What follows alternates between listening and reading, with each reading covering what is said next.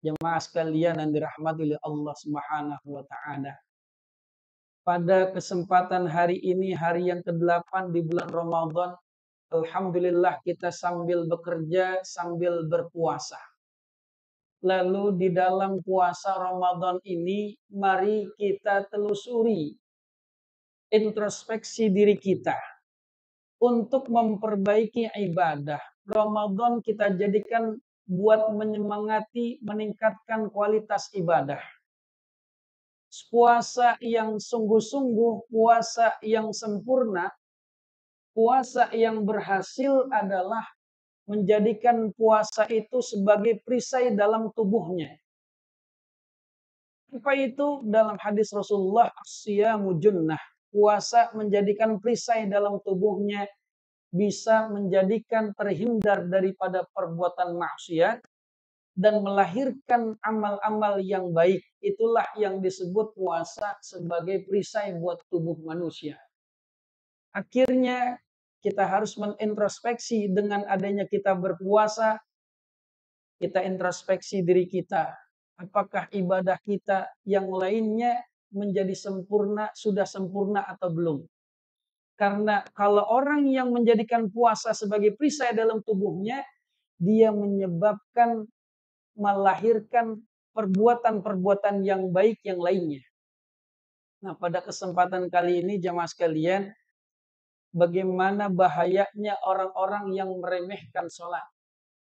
Ini kadang kita, Pak, sholat kita hanya sekedar asal-asal yang penting sholat. Nggak pernah memikirkan sholat saya sudah sempurna atau belum. Kualitasnya nggak pernah ditingkatkan, semakin berkualitas yang kita harapkan semakin baik sholat kita, semakin mudah diterima oleh Allah Subhanahu wa taala. Kadang rukun sholat kita belum paham. Kadang juga sholat kita mana yang membatalkan sholat kita juga nggak paham. Maka kita tingkatkan kualitas sholat kita supaya kita tidak menjadikan remeh daripada sholat kita.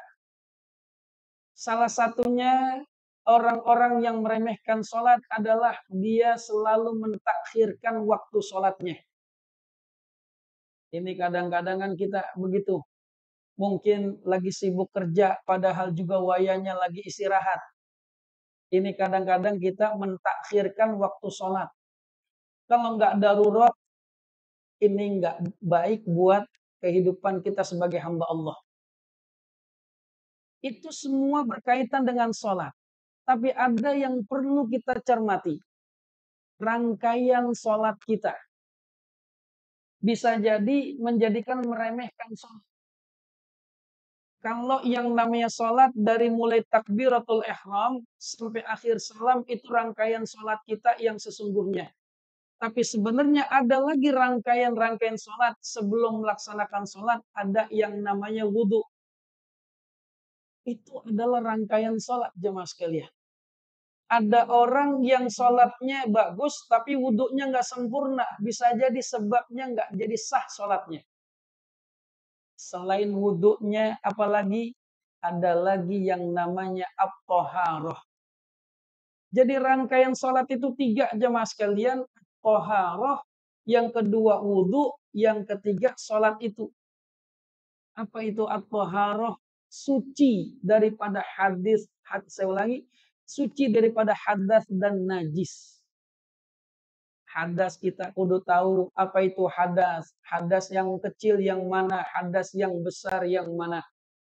Yang kedua, mana itu najis. Najis itu adalah sesuatu yang bisa menghalangi syarat sahnya sholat kita. Ada najis ringan, ada najis sedang, ada najis berat. Dalam hal ini saya akan membawakan hadis Rasulullah SAW di dalam kitab Sahih Muslim, ya, di mana Rasulullah SAW bersabda daripada riwayat Al-Imam Muslim Ibnul Hajjaj rahimahullahu taala rahmatan wasi'atan, sami'tu Mujahidan yuhadditsu an Tawusin an Ibni Abbasin qala marra Rasulullah sallallahu alaihi wasallam ala qabraini Faqala amma innahunna la yu'adzabani wa ma yu'adzabani fi kabir. Rasulullah sallallahu alaihi wasallam melewati dua pekuburan. Faqala amma innahuma la yu'adzabani. Wahai sahabat, lihatlah bahwasanya ini dua orang yang sedang dikubur sedang disiksa. Wa ma yu'adzamani fi kabir. Sedangkan ini orang sebenarnya kagak pernah berbuat dosa besar. Meremehkan perkara yang kecil ternyata menjadikan siksa kubur yang sangat pedih. Jamaah sekalian, ini Rasulullah melewati dua kubur bersama para sahabat. Sedangkan sahabat kagak dengar apa yang di dalam kubur. Rasulullah diberikan mukjizat bisa mendengar seorang manusia yang sedang disiksa dalam kuburnya. Beliau mukasyaf, yang lagi disiksa dalam kubur didengar oleh Rasulullah SAW. Kata Rasulullah, ini orang nggak pernah berbuat dosa besar, ya, tapi meremehkan hal yang kecil menjadikan siksaan yang besar, siksaan yang pedih dalam kuburnya. Nih jamaah sekalian rahmati Allah Subhanahu wa taala. Ya. Amma ahaduhuma fakana yamshi bin namimah wa ammal akharu fakana la yastatiru min baulihi. Yang pertama, ini orang sedang disiksa gara di dalam hidupnya berbuat namimah. Apa itu namimah? Namimah adalah ini orang kerjaannya selalu membuat hasut kepada umat manusia. Orang lagi tenang-tenang, lagi baik-baik, diadu domba, jadi marahan, jadi musuhan. Orang lagi enak-enak, gara-gara mulutnya disakitin tuh hati manusia, hati teman-temannya. Ada lagi, namimah bisa jadi sebab karena dia membuat pernyataan di media sosial, berita-berita yang kagak benar adanya. Ini menjadikan kerusuhan, selisihan di antara umat manusia. Ini adalah namimah. Nih, jangan sampai kita termasuk golongan yang begitu. Masya Allah. Begitu pedih, berat, besar siksaan kuburnya. Padahal cuma gara-gara lisan. Yang remeh, yang kecil, yang ringan. Ya Allah, zaman sekarang macam-macam. Orang lagi enak-enak baik, benar-benar. Dia masuk ke temannya. Lu diomongin lu, dijelek-jelekin. Padahal dijelek-jelekin. Ketika ketemu temennya yang satu lagi ngomong begitu juga, akhirnya ribut dan sebagainya. Ini orang demen, orang nggak mau bersatu, nggak demen dengan persatuan umat, nggak demen dengan persaudaraan, pengennya ribut baik. Nih jamaah sekalian, yang disebut an-namimah, orang yang selalu mengadu domba. Tadi ciri-cirinya tuh, ya, sebab lisannya membuat sakit hati orang, sebab perkataannya membuat permusuhan di antara umat manusia. Yang kedua, jemaah sekalian, ini yang sepele lagi. Apa itu? Dia orang yang selalu memperhatikan istinjanya. Kalau bahasa orang Bekasi, istinja itu namanya cebok. Dalam hal ini istinja daripada buang air kecil. Nih jemaah sekalian, kita yang pada kerja nih, kadang-kadang sibuk dengan kerjaan ketika di toilet, ketika kencing, ya, meremehkan kencing kita, belum tiris udah jalan. Nih jemaah sekalian, padahal karena mungkin kurang tahunya kita apakah itu najis atau tidak. Tapi pentingnya adalah kencing, apalagi laki-laki nih kita. Padahal sunnah kencing walaupun laki-laki maupun perempuan, sunnah kencing itu adalah jongkok. Ini kita yang sering kencing berdiri nih. Ya, gimana? Kalau kencing berdiri harus tiris. pipisnya atau kencingnya supaya kalau kita jalan kagak netes kencing. Ini namanya kaki tiris. Makanya dalam ilmu fikih adanya istibrak. Apa itu istibrak? Istibrak kita untuk supaya air kencing kita tidak tersisa ketika kencing. Jemaah sekalian rahmati Allah. Kan kadang-kadang ada orang yang kencing di mana aja jadi. Jadi kadang-kadang di jalanan dia ngumpet, dia nyender di pagar. Ya, istinjanya kagak tahu caranya. Kadang-kadang istinja ini kadang-kadang kita nggak pernah memperhatikan yang begitu. Makanya kalau kita dalam ilmu fikihnya diajarin tuh supaya istibrak, supaya kita tiris kencing kita pakai dehem. Ternyata dehemnya itu menekan kandung kemih kita jemaah sekalian supaya keluar semuanya. Masya Allah. Cuman gara-gara air kencing di mana dia istinjanya enggak bersih, di mana kencingnya enggak tiris, disiksa dalam kuburnya. Na'udzubillah, tsumma na'udzubillahi min dzalik. Maka ini cara kita supaya jangan sampai meremehkan salat kita. Istinja salah satunya adalah perkara rangkaian salat kita. Kalau seandainya kencing kita kagak tiris, istinja kita nggak sempurna, tandanya rangkaian selanjutnya melaksanakan sholat nggak bakal sah. Nih, kita kencing, selesai kencing, ternyata pas jalan 2 langkah, 3 langkah masih keluarin tuh yang namanya air kencing kita. Berarti apa? Najis dalaman kita, najis pakaian kita pakai sholat, nggak sah. Jamaah sekalian rahmatullah Allah. Yang kedua, ada lagi udah hati-hati istibramnya udah cakep, cuman celananya kagak digulung. Cuman kadang-kadang kita nggak ngerti kencing sambil berdiri, mantul ciprat ini kena baju kita atau celana kita. Kadang-kadang itu yang kita nggak perhatiin. Kalau kena cipretan, kita menyepelekan biasa-biasa aja. Kita pakai sholat, nggak bakalan sah. Sholat kita jemaah sekalian adalah apa? Salah satunya adalah suci, baik badannya, tempat sholatnya, termasuk pakaiannya juga. Ini 2 orang ini dikata Rasulullah lagi disiksa. Maka dalam hadis Rasulullah SAW, qala fada'a bi'asibi bin fasyaqqahu bi'ithnaini. Rasulullah minta kepada sahabat untuk ngambil ranting atau pelepah kurma.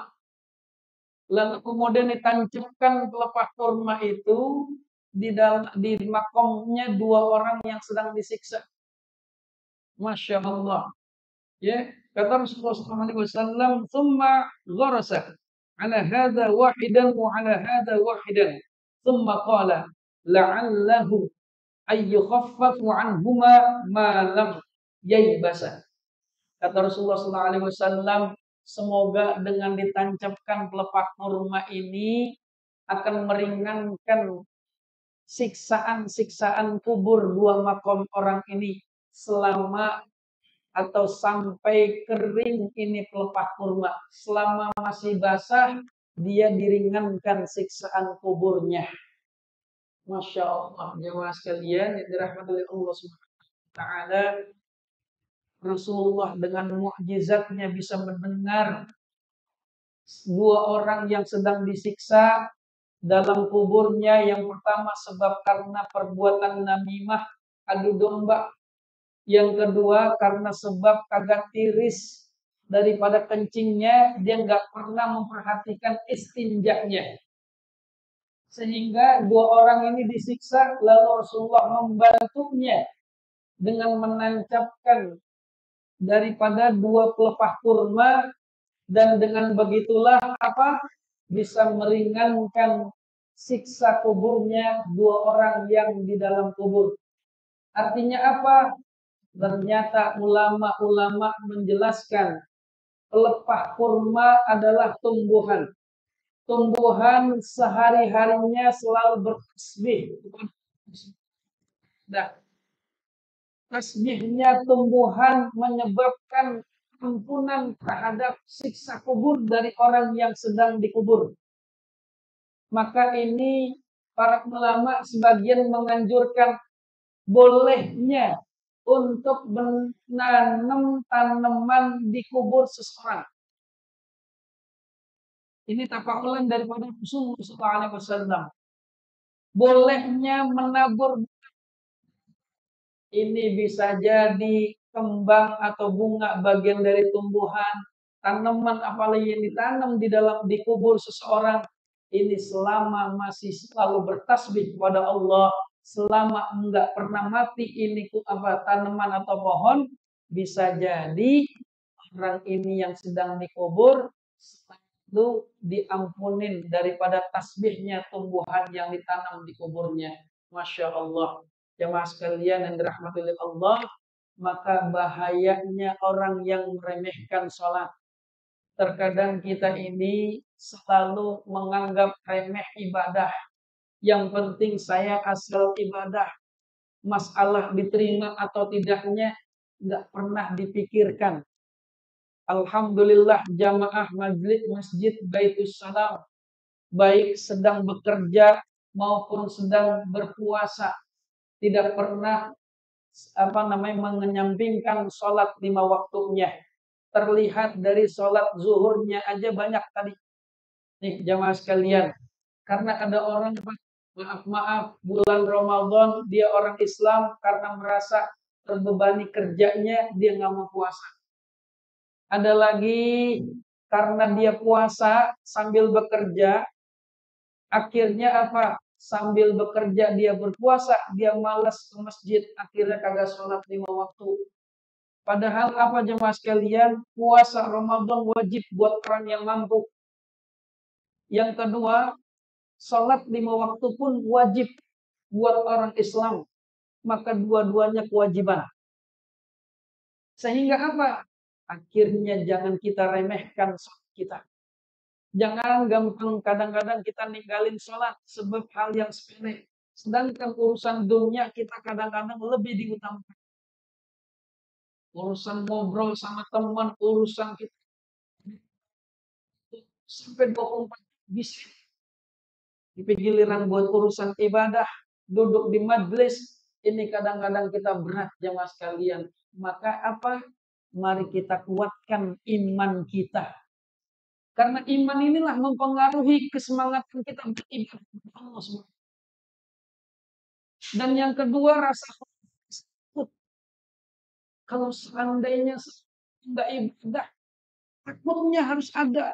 Kenapa? Jangan-jangan saya nanti rugi dalam kubur disiksa.